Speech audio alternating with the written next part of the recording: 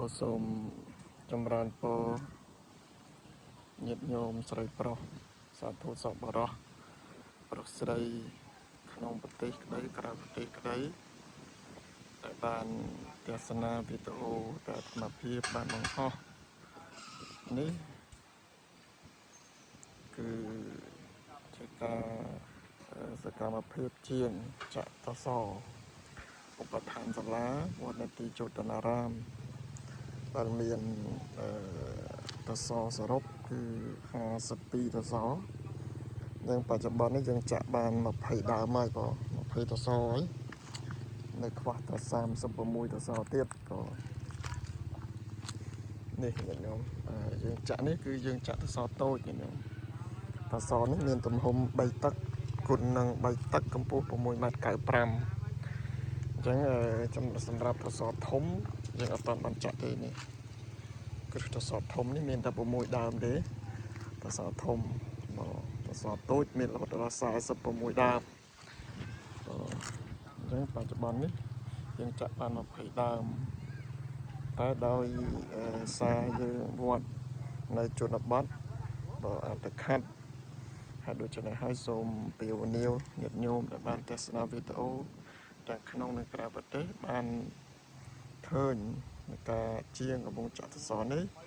មានសទ្ធាចង់ចូលរួមចាប់អ្នកផលឬក៏ជួយជាស៊ីម៉ង់ញោមពីព្រោះថាបច្ចុប្បន្ននេះវត្តកំពុងតែខ្វះស៊ីម៉ង់ចំនួន5តោនកន្លះស្មើនឹង103បាវទៀតញោមខ្វះ103បាវទៀតហើយដូច្នេះហើយចម្រើនពរញាតិញោមទាំងអស់ក្នុងក្រៅប្រទេសចូលរួមជួយចាប់អ្នកផលដើម្បីបានស៊ីម៉ង់យកមកចាក់ក្នុងគ្រប់តសចំនួន52ដើមញោម52ដើម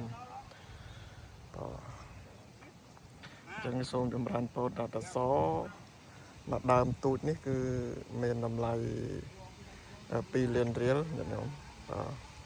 អញ្ចឹងស៊ីម៉ង់មួយបាវនៅស្រុកអាត្មានេះគឺតម្លៃ$6ឬក៏24,000រៀលសូមញាតិញោមពុទ្ធបរិស័ទមេត្តាជ្រាបនេះតសធំញោមតសធំយើងអត់បានចាក់ទេ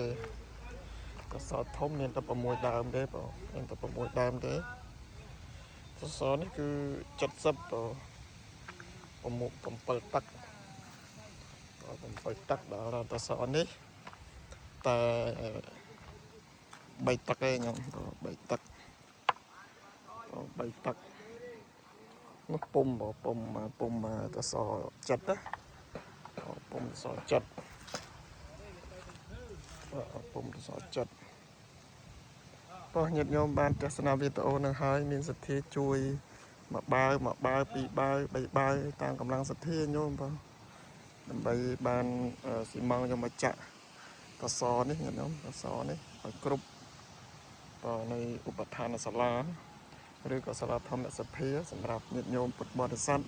បំពេញបុណ្យកុសលថ្ងៃសិលថ្ងៃបុណ្យថ្ងៃទានបងសូមអរគុណញោមបង